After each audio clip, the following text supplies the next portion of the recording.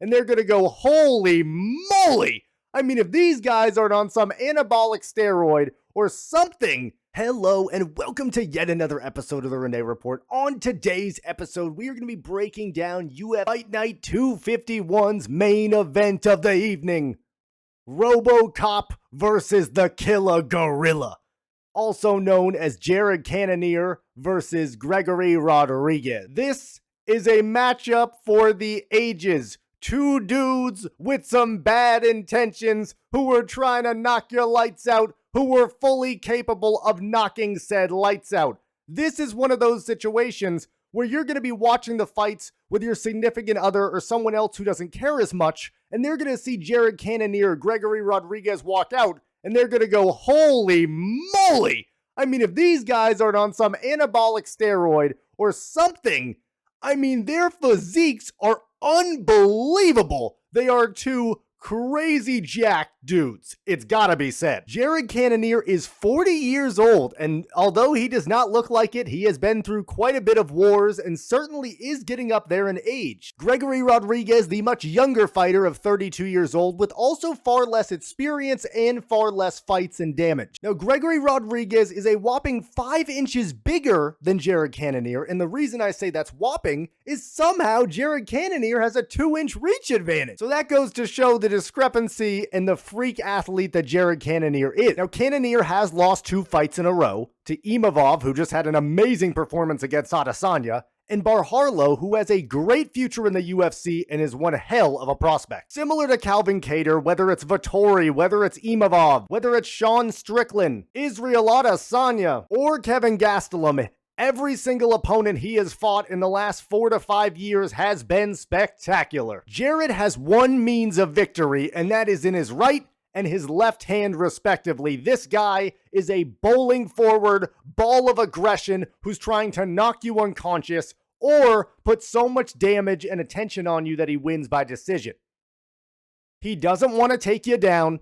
He doesn't want to wrestle, and he sure as shit doesn't want to do jiu-jitsu. Gregory Rodrigues, as I mentioned, is one crazy looking dude. I mean, he does not look like he's 205 pounds. He looks like he's 225, 230 easy. Because of his size and stature, he has allowed himself the ability to become a wrestler, to impose his size and will on somebody, and I imagine he's going to do the exact same thing to Jared Cannonier. Especially at the beginning of round 1 and 2, I think the smartest decision for Rodrigues would be to take down Cannonier, his body weight to tire out Cannonier, and allow his power to be a little less pungent. In all the fights that Gregory Rodrigues has won, and how many would that be, you might be asking, he is 7-1 in the UFC, so he has faced almost no adversity and has rolled through almost all of his opponents.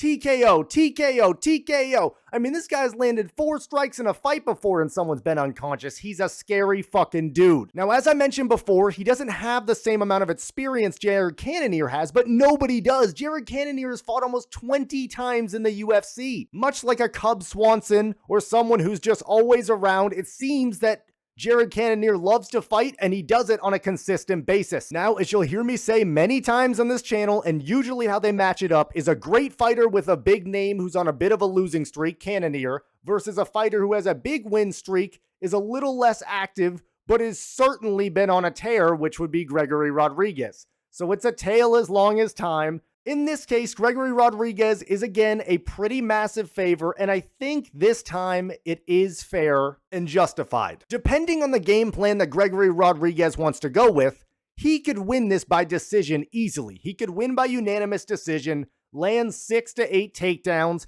Every time Cannonier starts to hurt him or it starts to get out of hand, he can grab him, bring him down. It won't really be a problem. Now, Cannonier is super strong, so he's not just easily going to go to the ground. He's going to be quite an adversary. And again, this could be a situation of who's going to knock each other out first. Because Cannonier has a great chin, and Rodrigues has never faced someone with half the power of Jared Cannonier. So I'm really excited for this matchup. It's going to be a hell of a main event. I can promise it. My gut feeling is Gregory Rodrigues by unanimous decision.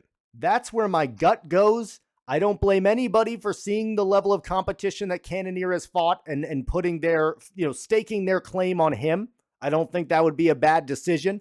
He's a very live underdog. He's someone who's going to be fun to watch. But if you turn it on and you're in round 2 and all of a sudden he's completely subdued everything Cannonier does, which again is a boxer and a lethal striker, you're going to feel like kind of an idiot. So I err on the side of caution in this one and think that Gregory Rodrigues has taken far less damage, has been in less wars, is on a hell of a winning streak since 2020. And I do think the RoboCop comes out victorious. I'm curious what your guys' thoughts are down below. Do you think this fight's going to deliver? Do you think Cannonier has a shot? So many things to unpack here in the main event. And like I said, it's going to be a thriller. Make sure you don't miss it. And I'm Carson, and I'm out. Peace.